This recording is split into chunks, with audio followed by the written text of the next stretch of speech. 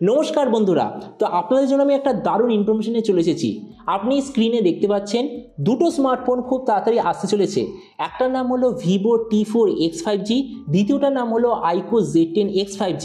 আর যেমন লাস্টবার হয়েছিল iQOO Z9X মানে হলো Vivo T3x, এবারও হবে এক্স্যাক্টলি সেম, মানে দুটো ফোন এক্স্যাক্টলি সেম। তো এই জন্য এই ভিডিওতে আমরা ডিসকাস করবো যে এবার এই যে Vivo T4x বলে যে স্মার্টফোনটা আসছে, এতে কি কি স্পেসিফিকেশন হতে পারে আর কি কি ডিজাইন হতে পারে, আর যে দাম এটা লঞ্চ হবে তো সেই দাম এটা কি সবচেয়ে ভালো ডিভাইস হবে কি হবে না, এই ভিডিওতে আমরা এটার সম্বন্ধে আলোচনা করব। তো চলো শুরু করা যে ভিডিওটা কোনো সময় নষ্ট না করে, আপনি যদি গ্যাজেট ওয়ার্ল্ড বাংলা চ্যানেলে প্রথমবার আসেন আর এরকম বাংলা টেক ভিডিও ডেইলি দেখতে চান, তাহলে gadget world Bangla channel subscribe অবশ্যই করে নেবেন। তো প্রথম আমরা আলোচনা করবো এই স্মার্টফোনটার ডিজাইন সম্বন্ধে। এবারের যে Vivo T4x, এতে ডিজাইন কি হবে এখনো পর্যন্ত কোনো প্রপার ইনফরমেশন পাওয়া যায়নি, কিন্তু আমার যতদূর মনে হচ্ছে এবারের ডিজাইনটা একটু এরকম হবে। এর থিকনেস হলো 8.1 মিলিমিটার আর ওয়েট 201 গ্রাম।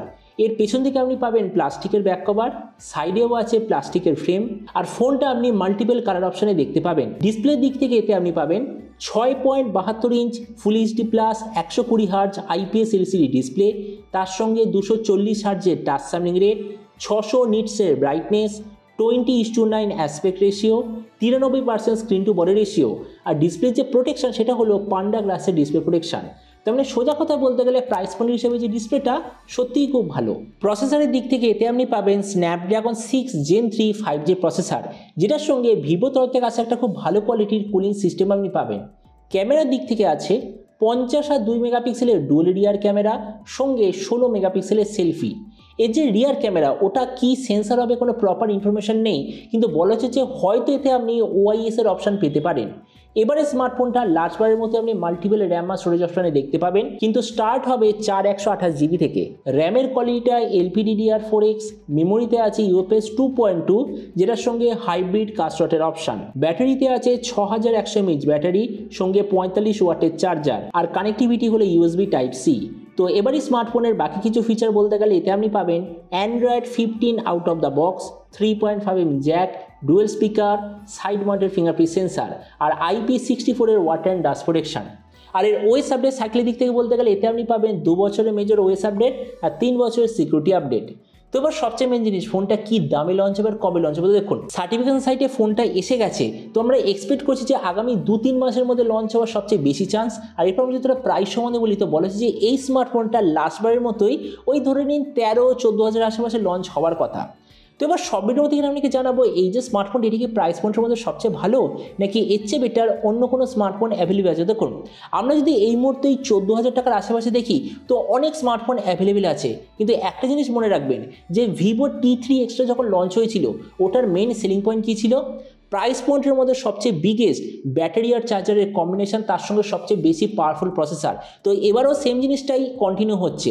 তো ওই হিসাবে আমরা যদি প্রাইস পয়েন্টে অ্যাভেলেবেল সবকটা ফোনের সঙ্গে কম্পেয়ার করি, প্রথমত ডিসপ্লে, এই দিক থেকে আমি এটাকে গুড রেটিং দেবো, কেননা 15,000 টাকার বেশিতে আপনি পাবেন অ্যামোলেড ডিসপ্লে, কিন্তু 15,000 টাকার নিচে একটা ভালো কোয়ালিটির IPS ডিসপ্লে আপনি এই ফোনটাতেই দেখতে পাবেন। তো এই জন্য ডিসপ্লে দিক থেকে আমি এটাকে গুড রেটিং দেবো।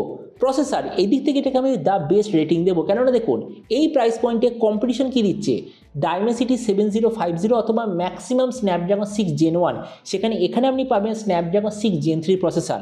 তো এই জন্য CPU দিক থেকে আমি এটাকে দ্য বেস্ট রেটিং দেবো। ক্যামেরা, এই দিক থেকে আমি এটাকে গুড রেটিং দেবো, কেননা 50 আর 2 রিয়ার, 16 সেলফি, ঠিক আছে ভালো ক্যামেরা।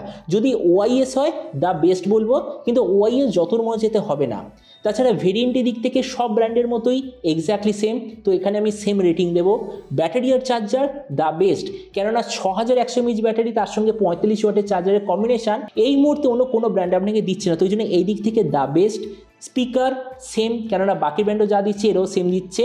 আর OS আপডেটের দিক থেকে বাকি ব্র্যান্ডের মধ্যে এতেও 2 বছরের মেজর OS আপডেট। তার মানে দেখুন ভিডিও লাস্টে যখন আমি এটাই বলবো, যদি according to leaks Vivo T4x এইসব স্পেসিফিকেশনই হয় আর দাম যদি হয় 14,000-এর আশেপাশে, তো আমার মতে মনে হয় one of the best device 2025-এর জন্য অবশ্যই এটা হবে এই প্রাইস পয়েন্টে। তো এবার আপনি যখন অবশ্যই নেবেন এই যে Vivo T4x যে খুব তাড়াতাড়ি আসতে চলেছে, তো আপনি কি এই দামে এটা নিতে চান, নাকি অন্য কোনো স্মার্টফোন আপনি চুজ করতে চান, এটা সম্বন্ধে কিছু কথা বলতে আমাকে একদমই ভুলবেন না। তো চলুন দেখা হবে আগামীকাল একটা টেক ভিডিওতে।